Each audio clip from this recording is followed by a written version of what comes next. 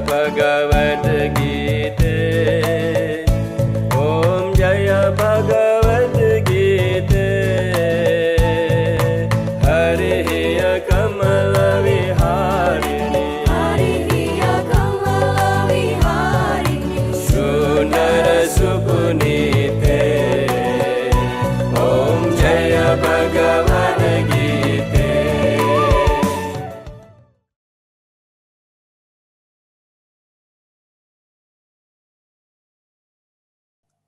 We invite now Kumar MD Keva to speak a few words.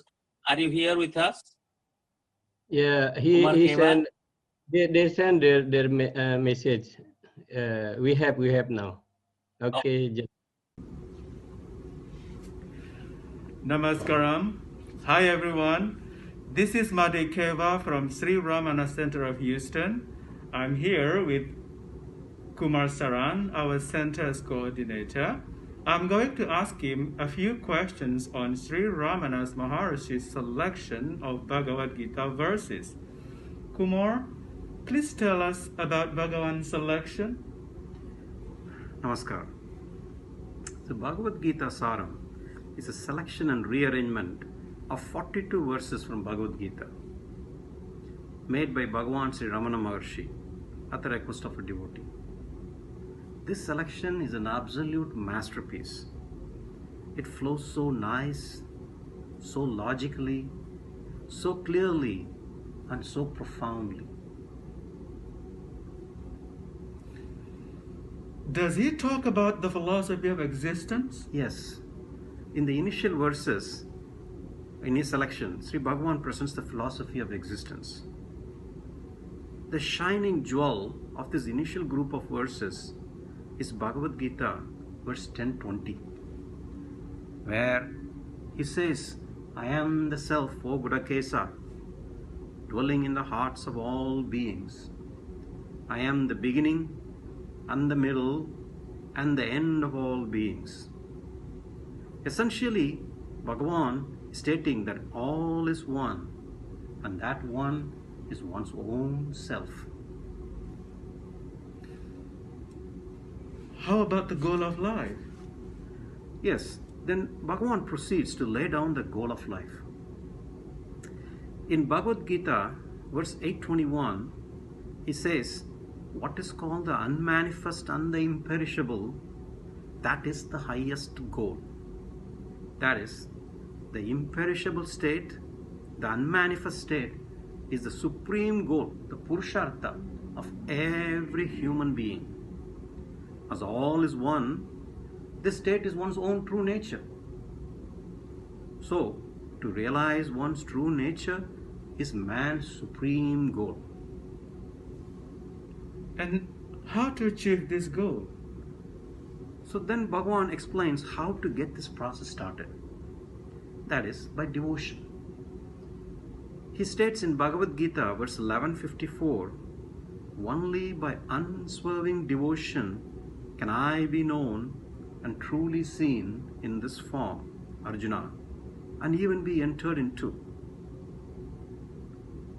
And then Bhagavan goes on to say in Bhagavad Gita, verse 10:10, to them ever steadfast in loving worship, I bestow the Buddhi Yoga, that is the path of jnana or self-investigation, by which they shall come unto me.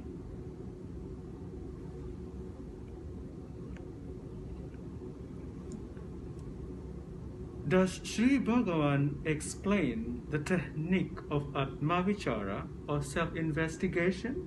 Yes. So Sri Bhagavan then gives us two verses from Bhagavad Gita, which is verse 625 and 626, in which is explained the technique of self-inquiry or Atmavichara. The main problem that we all have that prevents us from realizing our true nature is our ego. That is, our false identification with our body. Michael James A devotee of Bhagavan and close associate of Sri Sadhuvam, one of the devotees of Bhagavan, explains this as follows.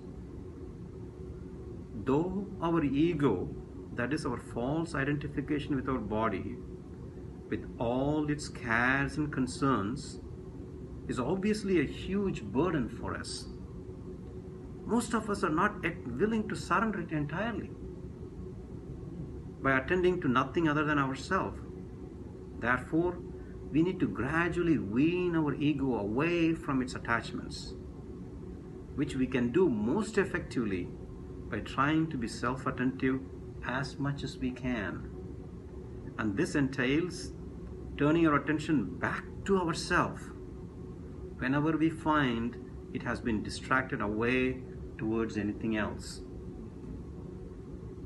In Bhagavad Gītā 6.25, it says, "It is necessary by a courage-imbued intellect to gently make the mind achieve motionlessness.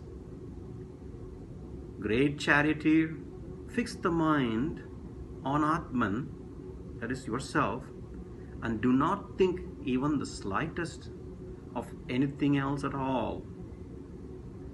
And Krishna's word that is used is shanais, which means slowly, gently, quietly, gradually, or little by little. That is, even though we are not able to fix our attention steadily and motionlessly on ourselves at all times, by gentle and persistent practice, we can gradually cultivate the love by which we will be able to do so. The requisite practice is to fix our mind or attention on ourselves and thereby to avoid anything else. Professor Subhasji. Yeah. Yes. Please. So this one is a dialogue and a kind of a question answer model we have before us. So the questions are asked regarding the essence of Bhagavad Gītā, and the problems are coming everyday life for every one of us. And every answer is there recorded in the Bhagavad Gītā. In each and every chapter, if you open, there are answers prepared for our problems. So as if the answers are given by Lord himself, Lord Krishna himself, directly to us. This is the representation he has presented here.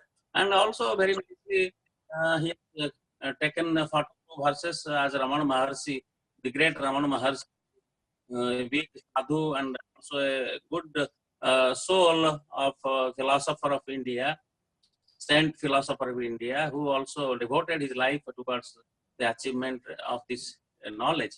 This was very good exposure, and how ego is supposed to be the main culprit whatever problems are coming in everyday life before us. So we have to surrender and remove this ego, false ego. The body identity has to be. This is the essence of this experience and exposition. Thank you very much. Now we will go to the next presentation by Dr. Vijaya Lakshmi from India. Haripada prema janata apana